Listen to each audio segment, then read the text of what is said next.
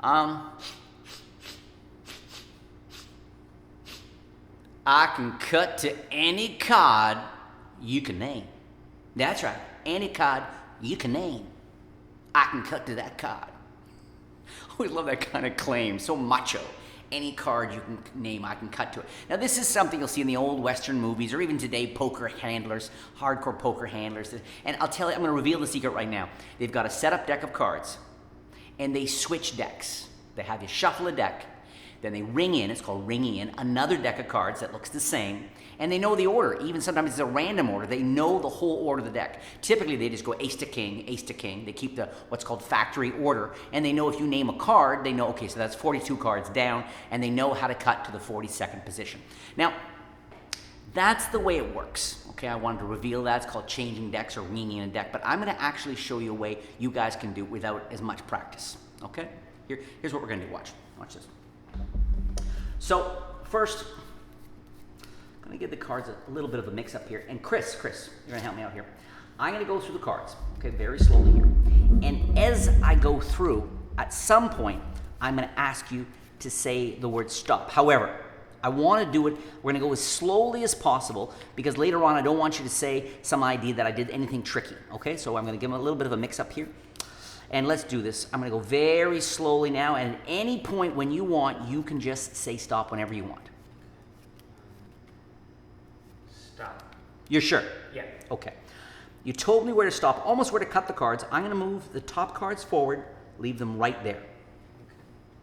Now, like I said, you said stop. I'm gonna spread through here, and let's see what card you stop me at. The ace of hearts. Now, if I take the ace, and I just give the cards a cut or two like this. Let's just go cut, cut.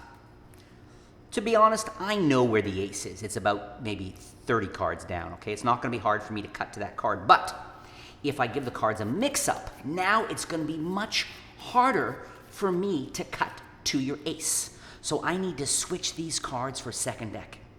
And I have the second deck hidden inside that case.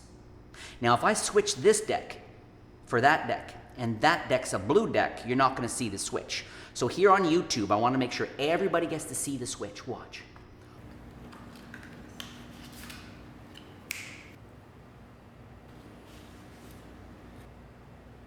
Every one of these cards is red and in a setup position. Now yours was the ace of hearts, so if I recall, the ace of hearts is about 12 cards down. So I should be able to, right there, I'm pretty sure I've been able to cut to, yeah, the ace of hearts. Now, of course, this isn't actually your card, because your card was from the blue deck. I'm hoping for your ace. Let's see here. Leave the red one in the case. Take out the blue one. But the best part about this trick is not only if they look inside the card case do they find absolutely nothing, and the case can be examined, and this card can be examined. But as for this deck, every single card in the entire pack can be examined as well. No one person really influenced the development of my work, except for one. I studied Sleight-of-hand, I studied Vernon. There were a whole bunch of people, but the one person who really stands out is a gentleman by the name of Mr. Paul Harris. And if you've been in magic for a while, you would have heard of Paul Harris. Look him up online. He really doesn't create a whole lot anymore, but back in the day, you know, he brought an imagination and a creativity and originality and a sense of fun to card magic that nobody before him had ever done. And it really opened my eyes to just how much fun and how interesting card magic could be. And so in one of his many books, very prolific guy, particularly with the card tricks, he had a trick called Double Decker. And this is very, very similar to Double Decker. It's a wonderful, brilliant color-changing card trick. The one thing I bring to this, a couple of little minor variations on the handling, and also this presentation. Get your card case, okay? Get your card case. And what you're gonna do is you're gonna take a red ace of hearts in this case, and I'm gonna put it face up, facing up. Here's my half moon. There's the flap to give you orientation. So it's resting where the flap is, face up. And I'm gonna close the two little tabs on the side, okay? And even close this whole sucker in like that. What this does is it gives the card case, I can still put the cards in, but it traps the ace in place. Then you're going to take the blue back ace of hearts and put it on top of a red deck and put the whole thing in. It doesn't really, at this point, it doesn't really matter which way it faces. The nice thing about doing it face up rather than face down is obviously when I take these cards if they're face down, I don't want this kind of action. That's not what I want. So if they're face up, I can even just turn the whole thing over, give it a shake, the whole thing comes out, all right? Put it down, and without drawing any attention to it, just casually, come back over and open the flap and leave it there. That's all you're gonna do. What this does is, without any sleight of hand, it brilliantly sets up the ace free and clear in the case. And down like that. Now, I take these, and this whole thing is really based on a double undercut and the Hindu shuffle. Okay, and I know I taught it recently here in the channel. And the Hindu shuffle, I'm holding it from here, and I'm pulling off cards from the top to the fingers, and they drop, to the fingers, and they drop, all right? And then I can put this whole thing back up on here if I want. So my setup now, the reason why I perform this trick very near the card case the entire time is I want them to be absolutely convinced this is a blue deck. They can see it's blue, the card case is blue, and when I handle the cards like this, all they see every time I turn over these cards is blue and blue. But the challenge here is you don't want to keep doing this in a way that's suspicious. So what's the subtext? What's the story? And I love the hook of, you're going to reveal to them how gamblers can cut to any card someone names.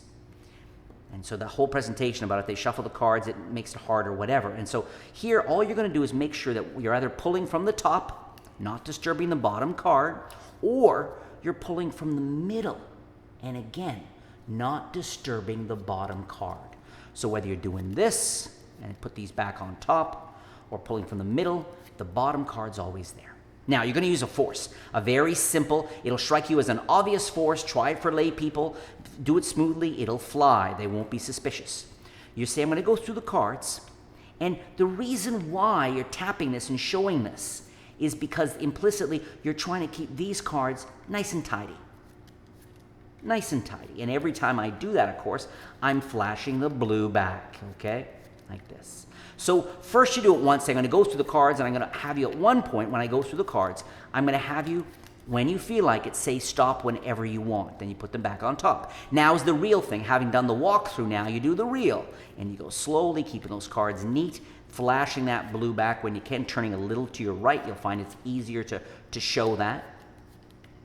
When they say stop, I say the key line is here. You told me where to stop, almost where to cut the cards. And you put those forward.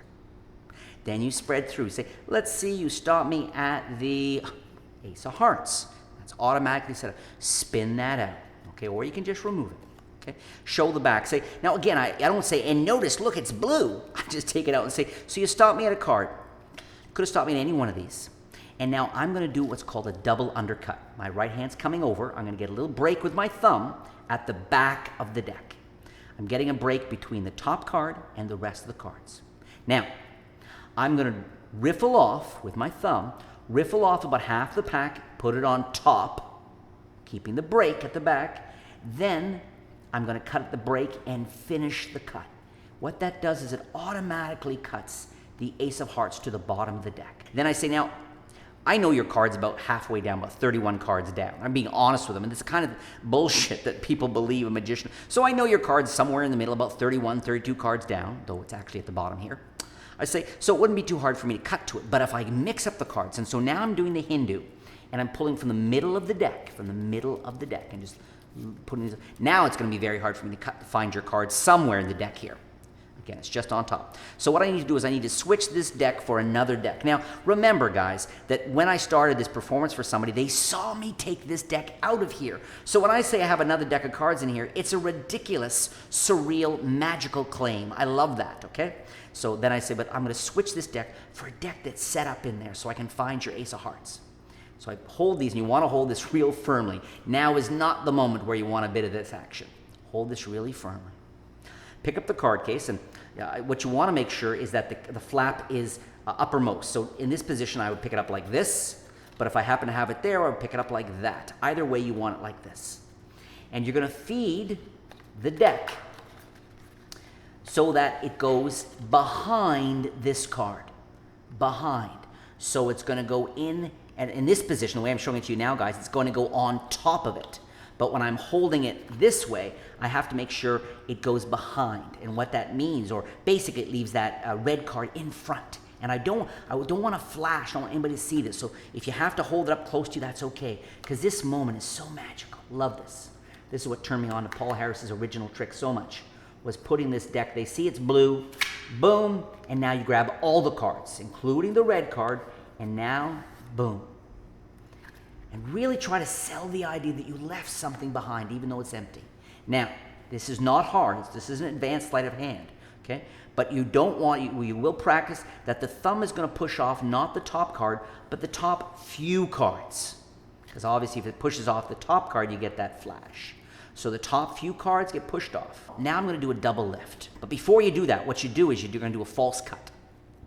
I'm going to kick cut with one finger, about half the deck off, take it in the other hand.